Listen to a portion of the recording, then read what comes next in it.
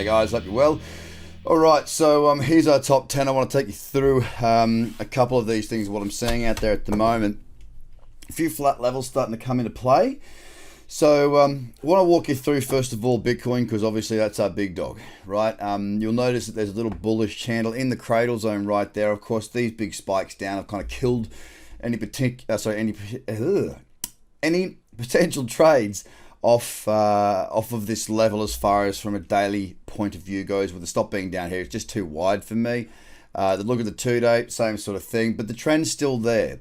It's still very valid, and if you've been following what I've been saying, I've been saying that a pullback into around 8,000 wouldn't have been a over the top type of thing. Now we didn't quite get there. We got pretty close. Okay, well we got there, 8,012, right?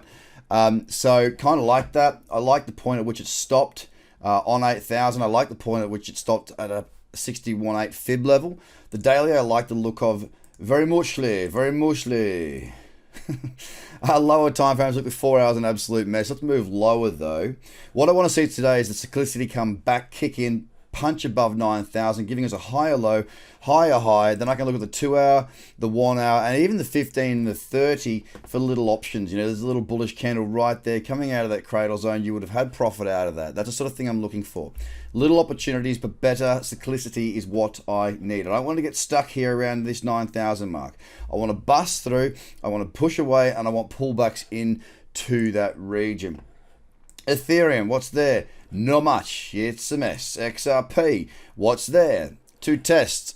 Yep, two tests. If we get a break above here, they'll have a higher low and a higher high, looking for pullbacks into here. Why there? Well, it's a round number of 20 cents, and if you just go out to the daily here, you'll actually note that this 20-cent mark had been resistance in the past, support over here, and it goes back through all the way back to somewhere back here. So it's a level that's been respected quite a bit. It is a round psychological number, although this isn't a daily downtrend.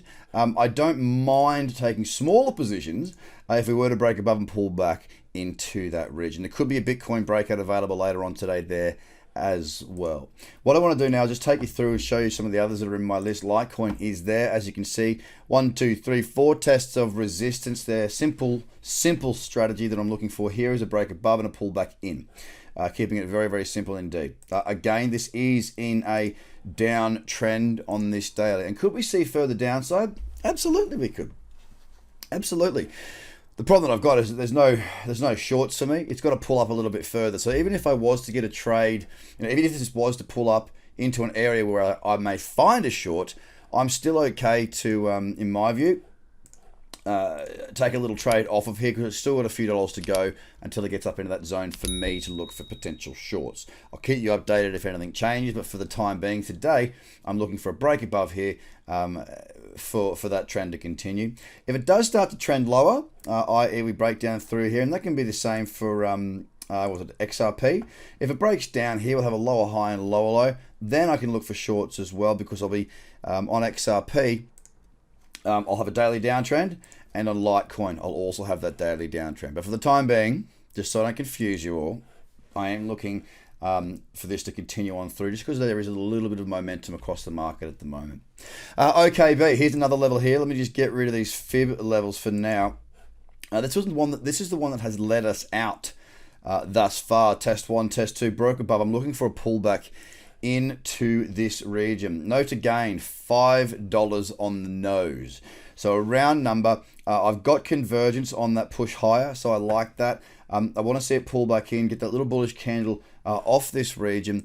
I have drawn those fib levels in on the 15, but I didn't find a double cluster there for a booster trade. Anyone who hasn't got that strategy, you can just go and get it on the website, tradercobb.com. There's no double cluster there, so I'll hold out and wait for a potential 1 hour or 2 hour pullback in for a cradle trade there, possibly. Obviously, this is creating a watch list. We're planning our trade. They're not set up yet, and this is what I do 9 times out of 10. I'm looking for opportunities. I'm planning out the trade prior, and then executing if and when I get that scenario play out. If we do see a good push higher, then I'll be coming back into my FTX list here.